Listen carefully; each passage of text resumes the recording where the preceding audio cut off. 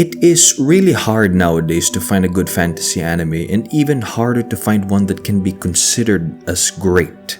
Frieren and Dungeon Meshi are perfect examples of what a great fantasy anime is like. Both have well thought out characters, a fantastic story filled with emotion and humor, and most importantly, a great sense of magic abilities and systems that work perfectly together. Because of this, these two are widely considered as some of the best fantasy animes to ever be released within recent years. But fast forward to the present day, and now we have the long-awaited Witch Hat Atelier, a show that I believe has already surpassed both Frieren and Dungeon Meshi in a very important yet overlooked aspect of any fantasy anime, which is the ability to amaze and delight the viewer with how breathtaking magic can actually be. Witch Hat Atelier is the first anime in a long time to actually pay respects to the beautiful yet bizarre nature of magic. The anime literally tells you right from its first episode that yes, magic spells are supposed to be this rare yet spectacular phenomenon to behold. They understand that magic is supposed to instill a sense of wonder and excitement to anyone who sees it. And what better way to show this than to have a main character who actually adores magic for what it can do.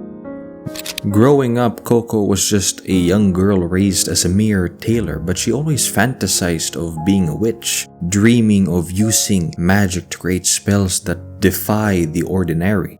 So when her tragic circumstances take her on a journey towards being one, Coco is slowly immersed into this world of witches and magic, and consequently, she is met with one extraordinary adventure to the next, each time discovering new spells and honing her ability in crafting them.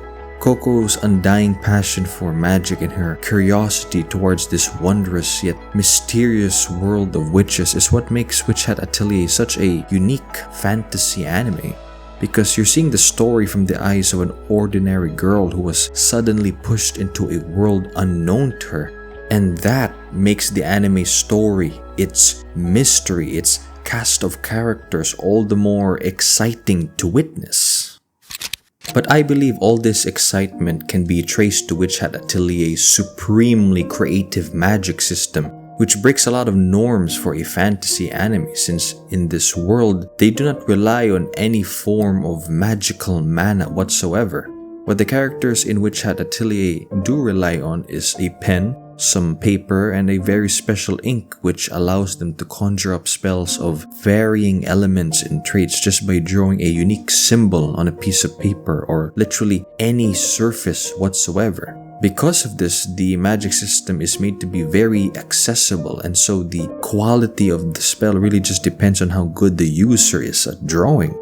But the craziest part about a magic system like this is that there is such a massive amount of variation and creativity that can go into crafting just a simple spell. Every single magic spell in Witch Hat Atelier is made up of three important components: a sigil, a sign, and most importantly, the ring. Once the ring is fully drawn, it completes a spell and instantly activates it. But the true magic comes from the sigil and sign that's used. You see, a sigil determines the core element of any spell, and that could be fire, water, earth, wind, or light. But to control how that element is shaped and what action it will do is totally determined by what signs are drawn around the sigil. By utilizing different signs, you can fully control what form your magic spell will take. So when you combine all these components together, this offers the characters of Witch Hat Atelier so much freedom to how they could approach crafting a spell, meaning they can get as creative as they want and even improvise on how they use their magic to overcome difficult challenges ahead of them.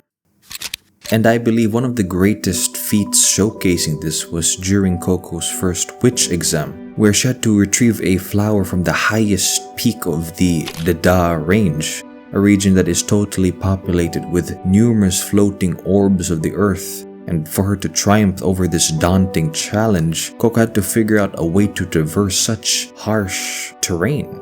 But it would literally be impossible for her to do that unless she could fly. So as she struggles to find a solution, Coco comes up with the genius idea of drawing a wind spell on a piece of cloth so she could perhaps fly upwards to the flower. Although at first this decision of hers seemed to have been a huge mistake, little did she know that this random spell she drew would actually grant her the ability to hover and glide around the sky so seamlessly. Without fully knowing what she was doing, Coco literally crafted a self-sustaining air glider, and by maneuvering it with some finesse, she went and did the impossible. Witch Hat Atelier has a magic system where the only limitation to what magic can do is the character's imagination. If they can think it, and if they can draw it, everything else will follow. When you really think about it, creative freedom plus bright ideas can result in some really breathtaking magic. And it's this exact formula that makes this anime's magic system so damn spectacular. Another great aspect of Witch Hat Atelier that makes it such an amazing fantasy anime is the animation. The sheer scale and intensity when characters move around in their environment, the generous use of perspective to make specific scenes feel more immersive.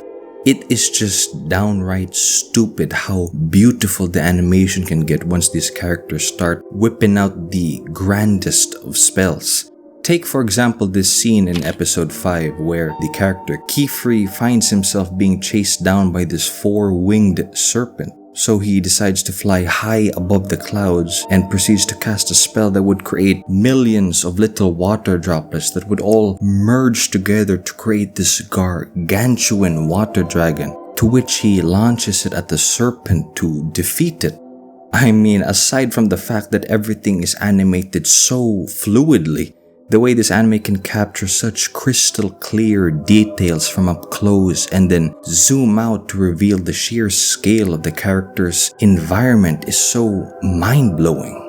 But Witch Hat Atelier's animation doesn't stop there, since it doesn't just focus on grand set pieces but also on the smaller, more finer details of the anime.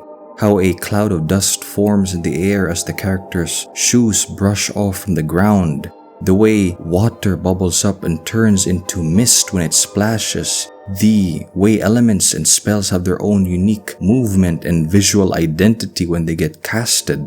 The amount of effort that is put into the anime's micro details is nothing short of perfection.